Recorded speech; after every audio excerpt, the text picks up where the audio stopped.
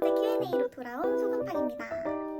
제가 지난번엔 외항사를 준비했던 과정, 팁 같이 개인적인 이야기를 많이 했더라면 이번에는 환경, 복지 같이 외항사 전반에 대한 이야기를 해보려고 해요. 제가 외항사를 준비하면서 가장 궁금했던 현실, 그리고 제가 요즘 가장 많이 받는 질문들 위주로 Q&A 시간 가져볼게요. 제가 시작 전에 꼭 말씀드리고 싶은 게 있어요. 준비를 하다 보니까 저희 회사 위주로 이야기를 많이 하게 될 것 같아요. 아무래도 타항공사에 대한 이야기는 제가 직접 겪은 게 아니잖아요. 그래서 좀 조심스러운 것 같아요. 또 그리고 제가 말씀드리는 모든 내용은 딱 제가 업로드하는 날짜 기준이고 모든 사항은 언제든 바뀔 수 있다는 점 알아주셨으면 좋겠습니다. 우선 제 영상을 처음 보시는 분들을 위해서 제 소개를 잠깐 해보자면 저는 에티하드 항공 4년차 승무원입니다. 면접 영상 올린 게 엊그제 같은데 벌써 4년차예요. 4년차가 된 지금 느낀 점에 대해서 솔직하게 이야기하는 부분은 영상 마지막에 있으니 관심이 가신다면 끝까지 꼭 시청해주세요. 그럼 시작해볼까요? 스타트! 일단 가장 기본적으로 이해하셔야 하는 게 베이스라는 개념이에요. 제가 한국에서 가장 많이 받는 질문이 돌아갈 때 유니폼 입고 가는 거예요? 그리고 아부다비 돌아가는 거예요? 아니면 바로 다른 데 가는 거예요? 이 두 질문이에요. 모든 외항사는 베이스, 즉 사는 곳이 정해져 있어요. 제가 다니는 에티하드 항공은 아부다비 베이스, 옆 동네 에미레이트 항공은 두바이 베이스, 그리고 카타르 항공은 도하 베이스, 캐세이 퍼시픽 항공은 홍콩 베이스, 싱가포르 항공은 싱가포르 베이스. 이렇게요. 국내 항공사 승무원들이 한국에서 사는 거랑 똑같은 개념인 거죠. 외항사의 모든 승무원들은 각 베이스가 주 거주지로 거기서 살면서 여러 다른 곳으로 비행을 하게 돼요. 집! 이러면 집에 대한 이야기를 안 할 수가 없죠. 요즘은 전 세계적으로 집값이 너무 올라서 해외에서 집을 구한다는 건 어느 누구에게나 부담인 것 같아요. 그래서 많은 분들이 쉐어하우스를 이용하세요. 저 역시 스쿠트 항공에 합격을 해서 조이닝 준비할 때 같이 합격했던 언니랑 같이 싱가포르에 집을 구하려고 했었어요. 지금 회사에 가장 고마워하는 것도 이 부분인데요. 에티하드 항공은 숙소를 제공해줘요. 생활하면서 전기세, 수도세 등의 비용도 회사에서 일체 부담하고요. 제가 현재 정기적으로 내는 생활비는 와이파이 비용밖에 없어요. 모든 숙소 건물이나 단지 내에 헬스장, 수영장, 세탁소가 있고 당연히 무료로 이용할 수 있어요. 물론 운동을 좋아하는 헬창 크루들은 돈을 내고 다른 헬스장을 다니기도 하는데 저는 이것만으로도 충분해가지고 잘 사용하고 있어요. 저희 집에 얼마 전에 거실 불이 나갔었어요. 그래서 메인터넌스한테 전화하니까 한 5분 만에 오더라고요. 그래서 새 전등으로 갈아주셨어요. 이렇게 소소하게 느끼는 편함도 있는 것 같아요. 저는 이런 기계라고 해야 될까요? 이런 부분들에 약해서 메인터넌스가 없었다면 아마 계속 어둠 속에서 살지 않았을까 싶었어요. 아부다비는 또 치안이 굉장히 좋은 편이에요. 그래도 모든 숙소 안에 시큐리티가 있어서 외부인의 출입이 자유롭지 않기 때문에 더욱 안전해요. 물론 이것 때문에 불편할 때도 있는데요. 예를 들어 친구를 초대하려면 통금 시간이 있어요. 이 시간이 최근에 더 당겨져서 한 새벽 1시까지인 걸로 알아요. 그리고 외부인이 우리 집에서 며칠을 지내고 싶다면 사전에 비지터 등록을 해야 돼요. 이런 부분이 조금 귀찮긴 하죠. 가장 중요한 부분은 2명 또는 3명에서 같이 산다는 점. 부사무장, 사무장이 되면 혼자 살 수 있어요. 저는 현재 최고의 룸메이트와 함께 둘이서 살고 있는데요. 각자 방 안에 화장실도 있고 거실도 부엌도 웬만한 가정집 사이즈라서 전혀 불편함이 없어요. 저는 살다 보니까 오히려 혼자 사는 것보다 낫다라고 생각을 해요. 아무래도 해외살이고 외로운 감정이 안 들 수가 없는데 저처럼 마음 잘 맞는 룸메랑 같이 살면 한국어도 실컷 하고 오프 때 한국 음식도 같이 만들어 먹고 같이 놀러 나가기도 하고 베프가 생긴 느낌이라서 이렇게 허전했던 마음이 많이 채워지거든요. 그리고 서로의 스케줄이 사실 매달 달라서 각자의 시간을 가지기에도 충분해요. 저랑 룸메 언니는 한 달에 한 2-3번 정도? 그렇게 시간을 보내는 것 같아요. 그래서 자취하는 기분이 들 때도 많고요. 숙소는 여러 개 있는데요. 위치도 다 다르고 구조도 달라서 제가 말씀드리는 건 저희 집 한정이고요. 그래도 저희가 이사를 한번 했었는데 그 전 집도 크게 다른 점은 없었어요. 다만 위치가 그때는 공항이랑 가까웠고 지금은 시티랑 가까워졌다는 점? 집 이야기가 나온 김에 이것도 말씀드리면 저희 회사는 통근버스가 있어요. 이거 은근히 굉장히 편하고 경제적이다요. 아부다비 택시 가격이 한국보다 좀 더 비싸서 차가 없는 저한테는 이 택시비가 은근 부담이 돼요. 숙소마다 다른데 제가 사는 캐피탈 하우스는 30분마다 버스가 오고 다른 숙소는 20분마다 오는 데도 있어요. 그래서 뭐 회사 병원이나 유니폼 센터 아니면 뭐 공항 이런 데 갈 때도 저는 이 버스를 타고 택시로 갈아탈 때가 많거든요. 그러면 뭐 왕복 약 3만 원 정도는 아낄 수 있어서 완전 이득이죠. 버스 타고 출근하는 곳은 크루 브리핑 센터, 줄여서 CBC라는 곳이에요. 모든 비행 전에는 키오스크 문제를 풀고 짐을 붙이고 브리핑 룸에 가서 함께 비행할 크루들이랑 10분가량 브리핑을 해요. 아이디 보여드릴게요. 여기 이렇게 제 아이디인데요. 키오스크에 이 아이디를 띡 대면 그날 비행할 에어크래프트 문제 하나, 세이프티에 대한 문제 하나를 차례대로 풀어요. 이 순간은 4년차가 아니 한 10년차가 되어도 계속 떨릴 것 같아요.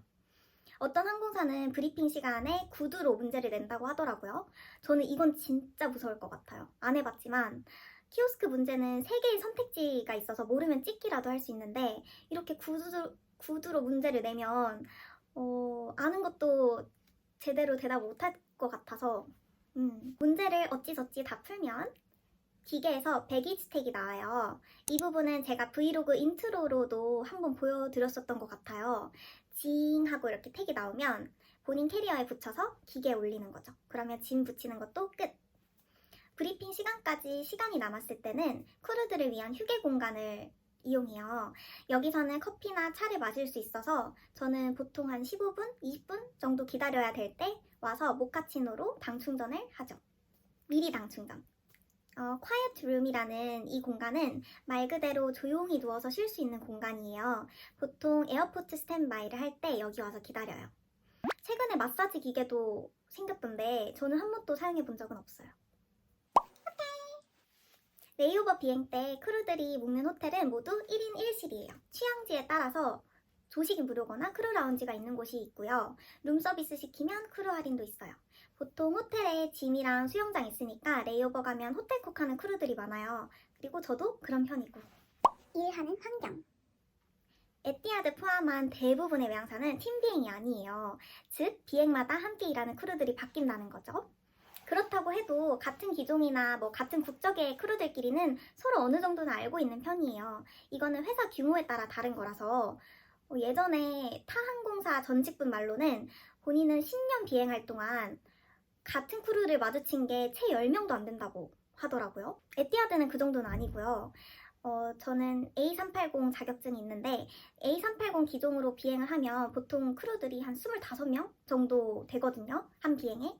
거기서 저는 매번 한 3분의 1 정도는 구면인 것 같아요.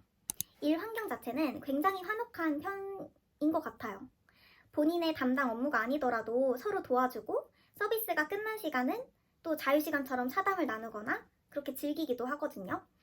물론 일적으로 맞지 않는 크루들이 있죠. 제가 처음에 입사했을 때 가장 적응이 안 됐던 게 외국인 크루들의 여유로움이었어요. 막 앞으로 할 서비스가 산더미인데 저 혼자서만 급하고 다른 외국인 크루들은 그 와중에도 막 서로 이야기 나누면서 천천히 준비하고 농담할 거 다 하고 이러는 게 이해가 안 가더라고요. 근데 이제는 그 다름 자체를 그냥 받아들여 버린 것 같아요. 그 친구들이 한국에 와서 일을 하는 게 아니고 제가 그 친구들의 나라로 가서 일을 하게 된 상황이잖아요. 그래서 저도 제 방식만 맞다고 고집하기보다는 같이 어우러져야겠다고 생각을 했어요. 그런데 아무리 생각해도 제 방식이 더 효율적이라면 이걸 제한하는 요령도 어느 정도 생긴 것 같고요. 이거는 중동 항공사뿐만이 아니라 어느 외항사든 겪을 수 있는 상황이에요.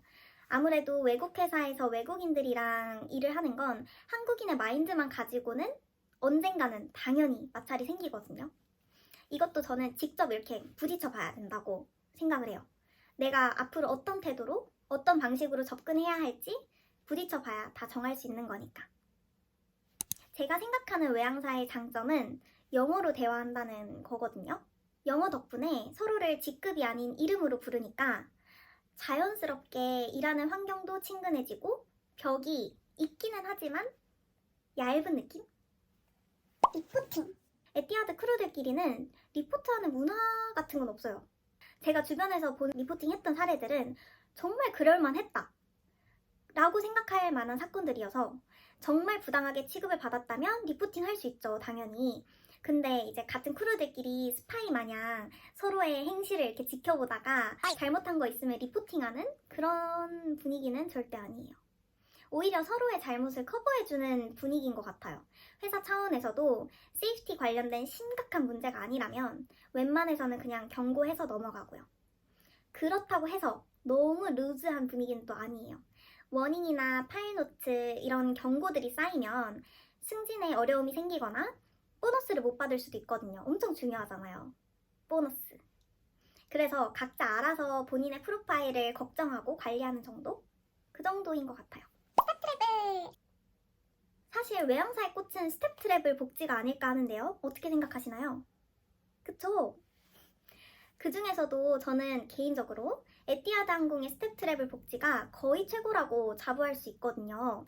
다들 승무원이 되면 세계 여러 나라 여행할 수 있겠지? 이렇게 생각하잖아요. 저도 그렇게 생각했고.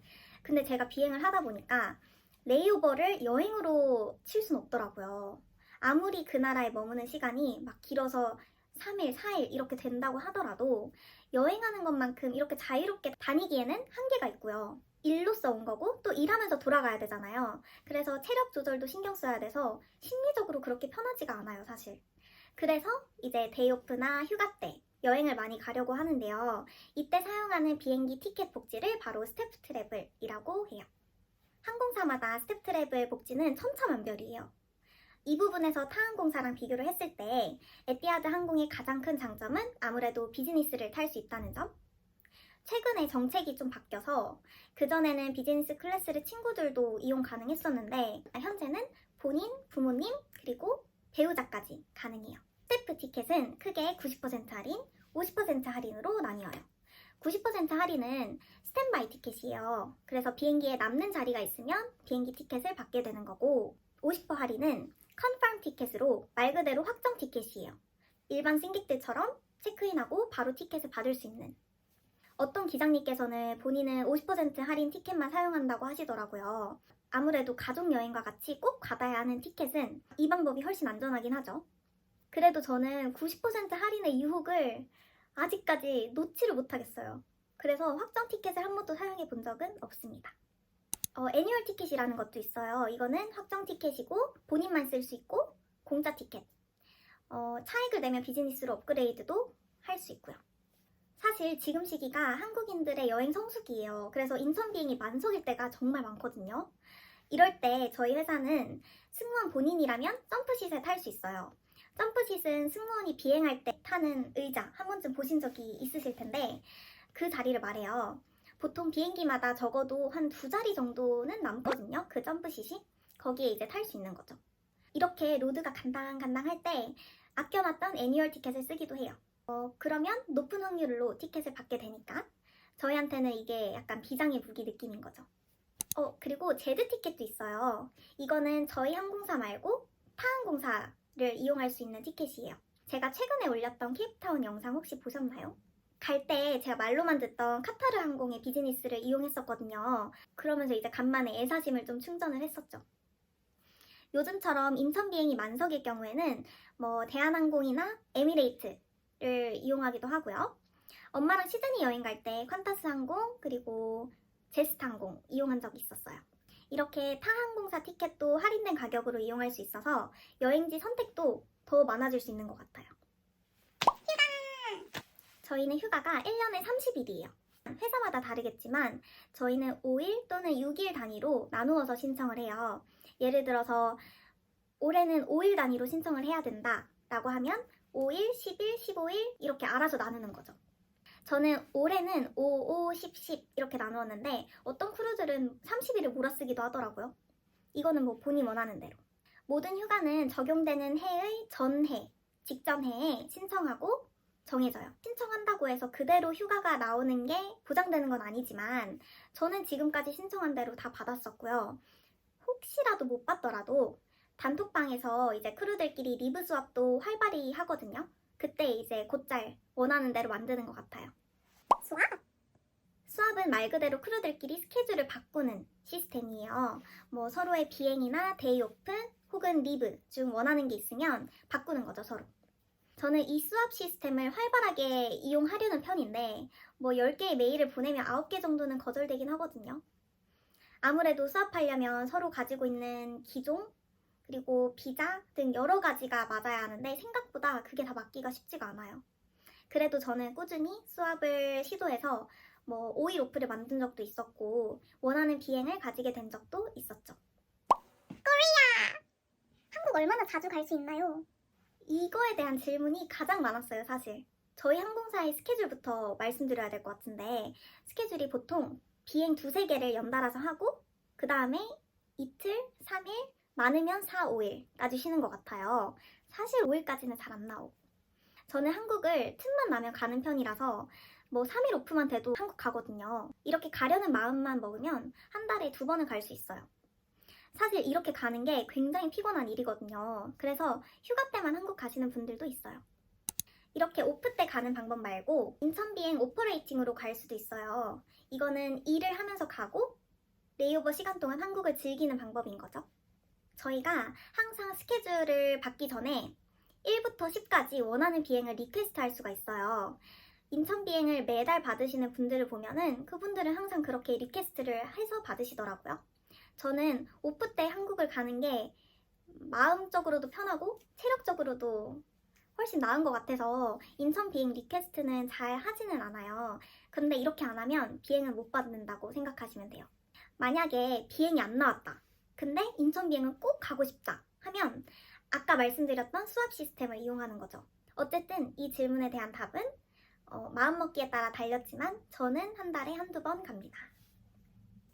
승진. 제가 비즈니스 크루로 진급했던 영상 기억하시나요? 혹시?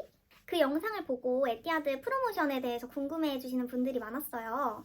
우선 저희 회사의 기내 직급부터 말씀을 드리자면 FA, FJ, FC, CS, CM 이렇게 돼 있어요. 아, 그리고 FJ 다음으로 FC 또는 CS로 가는 걸 선택하는 거기 때문에 FC는 필수는 아니라는 점. 용어는 회사마다 조금씩 다르지만 전반적인 체계는 다 비슷할 거예요. 저는 FA에서 정확히 1년 3개월을 보냈고 FJ로 승진했어요. 현재 CS로 승진하기 위해서는 입사 후 3년이 지나야 하고 FJ로서 1년 이상 일해야 하는 걸로 알고 있어요. 개인적으로 저는 지금 상태가 정말 편하고 좋기는 해요. 저처럼 FJ 포지션이 좋아서 10년 이상 일한 크루들 중에서 아직도 FJ만 하고 있는 크루도 있어요. 부사무장이 되면 아부다비 집에서도 혼자 살 수 있고 레이오버 때는 업그레이드 된 방을 받을 수 있어요. 근데 제가 생각하는 부사무장의 가장 큰 장점은 아무래도 사무장으로 승진할 수 있다는 점? 사실 월급이 가장 궁금하시죠? 다 먹고 살자고 하는 일이니까요. 근데 제가 이거는 아무리 생각해도 정확한 금액을 말씀드리는 건 일단은 저와 같이 회사를 다니는 모든 분들의 월급을 제가 강제로 오픈하는 거잖아요. 그리고 저조차도 매달 받는 월급이 너무 달라요.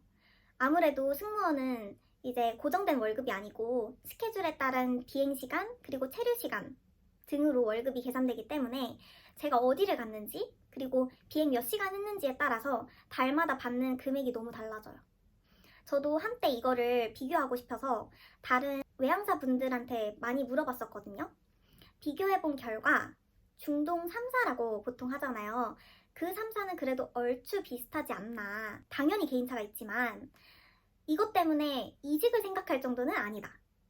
제가 말씀드릴 수 있는 거는 하나 있어요. 저는 승진을 하고 월급의 앞자리가 바뀌었어요. 저는 그때 되게 크게 올랐다고 생각해서 만족을 하고 있었는데 이것도 또 다른 친구들한테 물어보면 나는 이미 이 월급을 받으면서 이코노미 때부터 일했어 라는 크루들도 있더라고요. 이게 그래서 제가 말씀드리기가 너무 어려운 거예요. 개개인마다 너무 달라요. 정말. 하지만 확실한 건 중동에 오시면 돈은 잘 모입니다. 저처럼 오픈날에 뭐 특별히 어디 안 가고 비싼 거 잘 안 사고 집에서 요리해 먹고 이러면 돈을 쓸 일이 잘 없어요. 중동의 장점이랄까요. 끝? 중동. 그러면 중동 생활에 대해서 좀 알려드릴게요. 요즘 아부다비가 그래도 대중들에게 좀 알려지는 편인 것 같아요. 얼마 전에 지구 오락실에서도 에티하드 타고 아부다비 오시고 지구마블 세계여행에도 아부다비가 잠깐이었지만 나왔고 그런 거 보면서 저 은근 뿌듯했거든요. 제가 입사할 때만 해도 라떼는 두바이 옆 도시라고 설명했어요, 항상. 사실 아직도 제가 두바이 살고 있는 줄 아는 지인들 몇 명이 있을걸요? 이해합니다. 아무튼 중동 지역은 이슬람 문화가 지배적이라서 돼지고기 술 안 돼요. 하지만 그 중에서 아부다비는 두바이처럼 프리한 편이에요. 예전에 사무장이 해준 말에 의하면 아부다비도 규제가 많이 완화됐다고 하더라고요. 예전에는 라마단 기간에 길거리에서 껌도 씹으면 안 됐대요. 그럼 막 신고당하고 그랬다 하더라고요. 요즘은 라마단 기간에도 낮에 문을 연 카페나 식당이 꽤 있어서 생활 자체가 크게 불편하진 않아요. 마트 가면 넌 무슬림이라고 돼지고기를 따로 파는 칸도 있고요. 주변에 바도 많아서 술 마시고 싶으면 나가시면 됩니다. 날씨는 일단 겨울이 없어요. 여름 아니면 가을 이 두 가지만 있는 것 같아요. 5월부터 슬슬 더워지고 7월부터 9월 정도까지는 찌는 듯한 더움이에요. 진짜 찜통에 들어간 것 같은? 그때는 40도는 당연한 듯이 넘어버리고 아부다비가 또 바다 옆이라서 엄청 습하거든요. 최악이죠. 11월 이후부터는 점점 시원해지고 한 12월에서 3월 정도는 제 주변 지인들 다 초대하고 싶어지는 날씨? 신선하고 시원하고 아주 딱 좋습니다. 날씨가 이렇다 보니까 사람들이 밖을 잘 안 돌아다녀요. 다 차를 이용하기도 하고요. 그래서 택시 잡는 게 쉽습니다. 뜻밖의 장점. 그리고 배달 문화가 아주 잘 되어 있어요. 저는 장 보는 것도 귀찮을 때가 많아서 어플로 시키는데 시키면 한 10분 내외로 와요. 엄청 빠르죠? 물가는 한국의 서울 물가보다 좀 더 비싼 정도? 카페 가면 커피가 한 7, 8천 원 정도 해요.